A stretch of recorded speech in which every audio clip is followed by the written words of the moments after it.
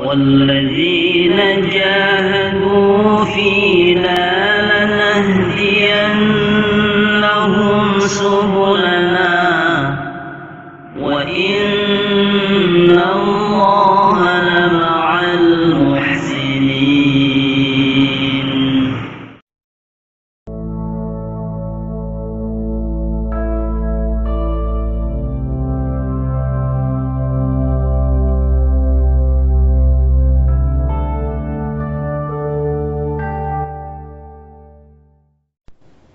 Bismillahirrahmanirrahim. Assalamualaikum warahmatullahi wabarakatuh. Sahabat rahimakumullah, muhasabah diri. Di saat usia semakin lanjut, sebenarnya bukan bertambah, tetapi justru dosa yang akan bertambah. Wa dzambu zaidan fi kulli yaum. Dosa demi dosa akan terus bertambah. Maka sahabatku rahimakumullah, Allah berpesan dalam surat Al-Hasr ayat 18 dan 19. Sahabatku rahimakumullah, pada ayat ini Allah menekankan, wahai orang-orang yang beriman, bertakwalah. Kata takwa di sini dalam tafsir berarti bertobat. Masa lalu yang sudah dilakukan karena dosa, maksiat dan sebagainya, dia itu harus bertaubat. Itu namanya bertakwa kepada Allah. Dan hendaklah setiap diri memperhatikan apa yang akan diperbuatnya untuk hari esok. Ligot. Ligot itu adalah akhirat. Ligot itu masa depan. Jadi dunia ini cintanya hanya sementara. Antara seorang suami mencintai istri itu hanya sementara di dunia. Tapi cinta hakikatnya adalah besok di akhirat.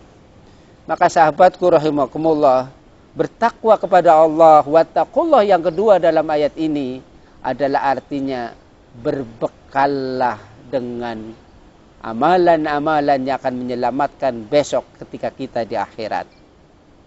Wattaqullah innallaha khabirum bima ta'malun. Sesungguhnya sahabatku rahimakumullah, ketika kita berbekal kepada Allah Subhanahu wa taala, Allah Maha mengetahui apa yang kamu lakukan.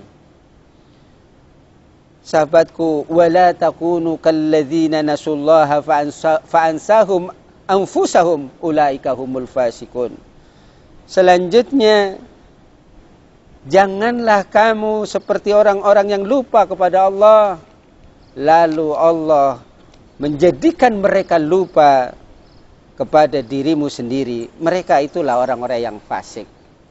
Sahabatku rahimakumullah, pada ayat ini ketika kita akan bermuhasabah diri, intinya ada 4 sahabatku rahimakumullah.